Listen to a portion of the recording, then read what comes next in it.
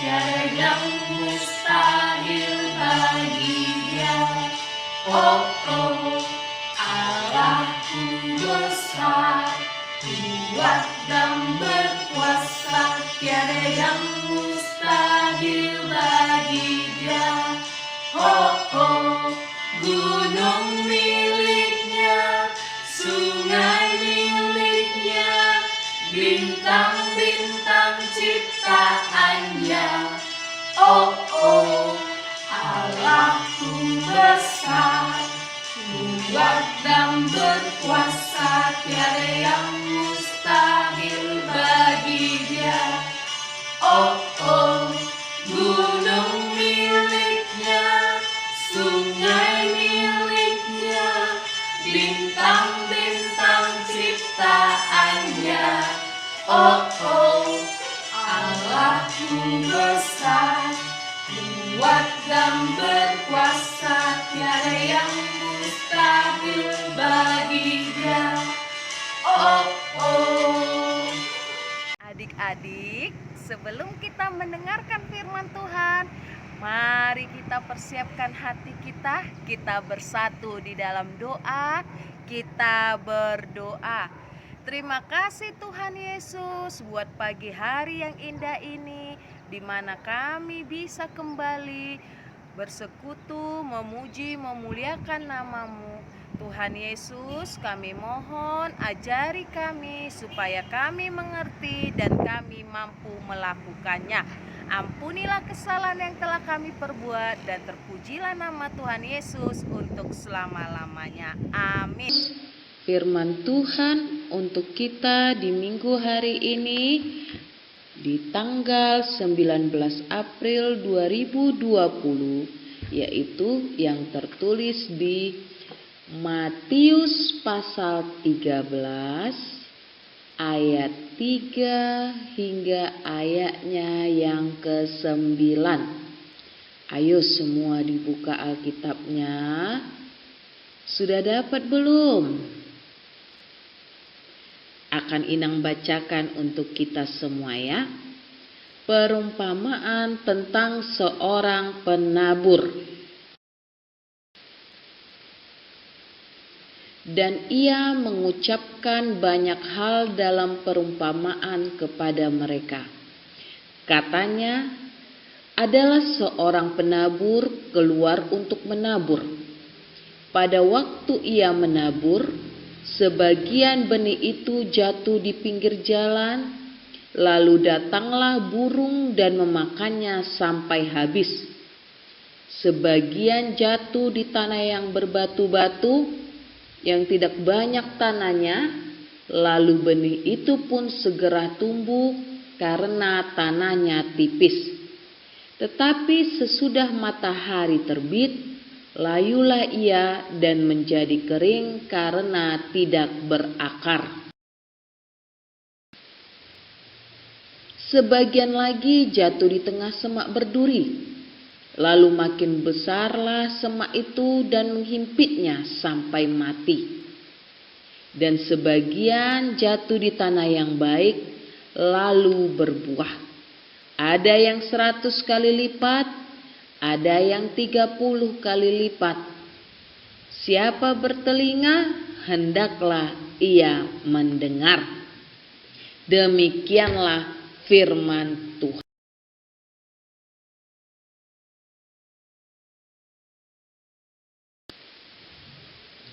Adik-adik yang terkasih di dalam nama Yesus Kristus, firman Tuhan untuk kita pada hari ini mengkisahkan mengenai suatu perumpamaan.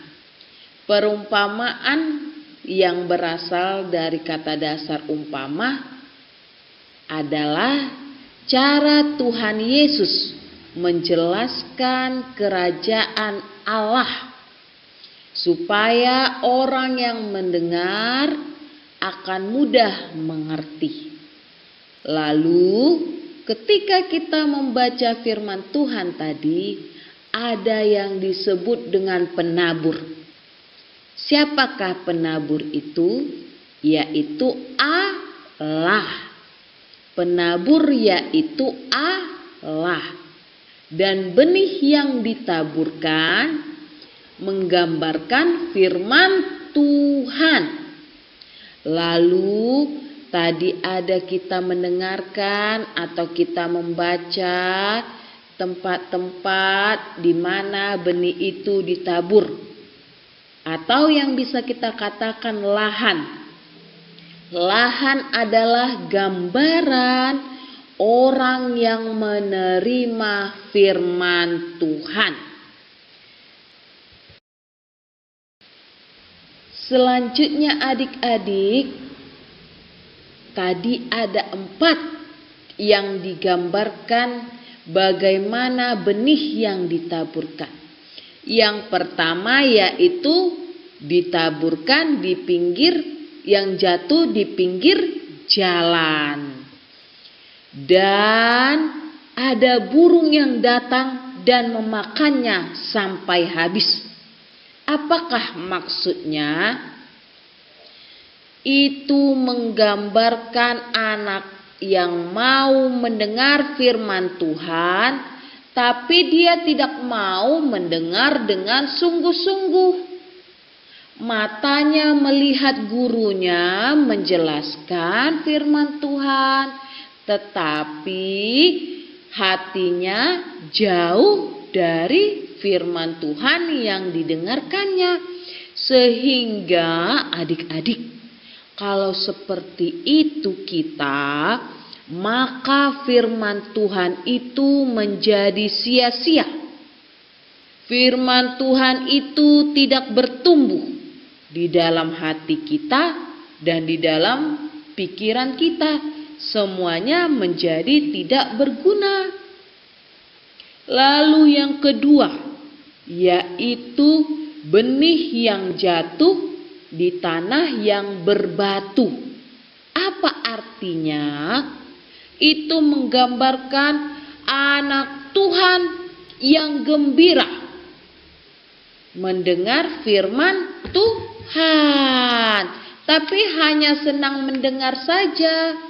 Lalu habis itu dilupakan. Dia tidak mau menghayati firman Tuhan. Akhirnya sia-sia juga lagi. Lalu yang ketiga digambarkan firman Tuhan yang jatuh di tengah semak berduri. Pernah kalian lihat semak berduri? Iya, kalau firman Tuhan yang jatuh di semak berduri artinya anak Tuhan yang mendengar firman Tuhan tapi harus sesuai dengan hatinya. Hanya untuk mencari mana yang senang, tapi tidak mau menerima firman Tuhan itu untuk membuka, untuk menerangkan hatinya.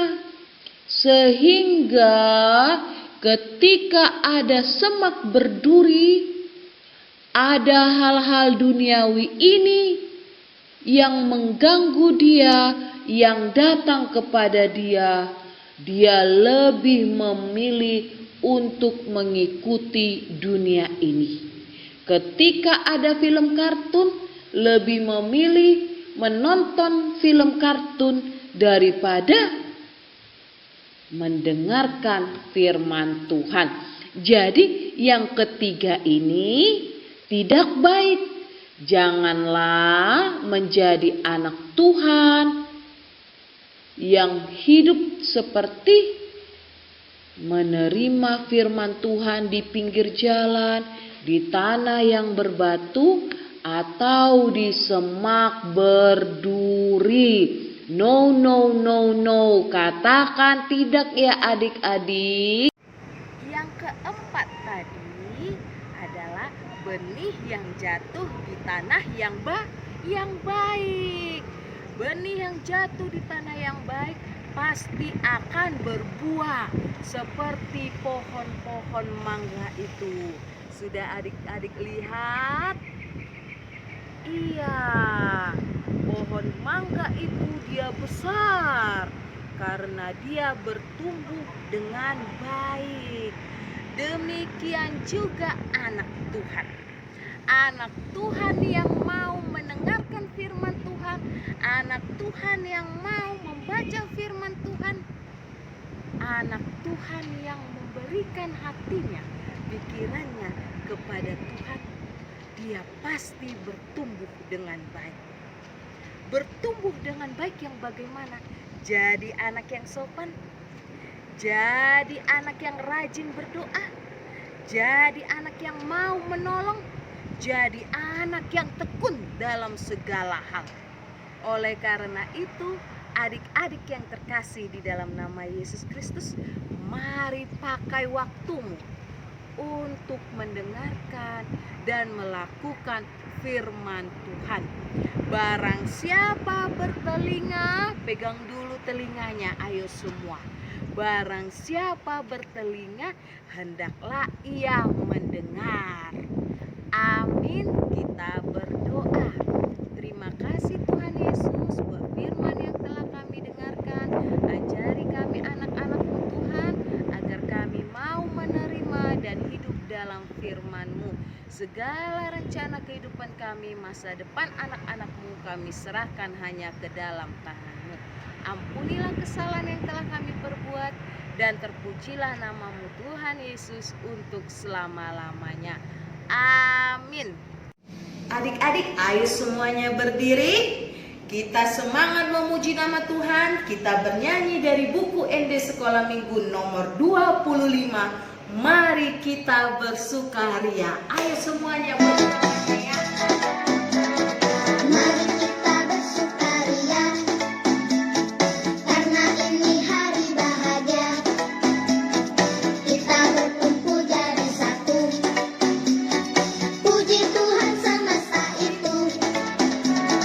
Tepuk tangan, wajah berseri, hilangkanlah hati yang sedih. Bukankah Yesus berkata damai yang diberikan kita? Mari kita bersukaria.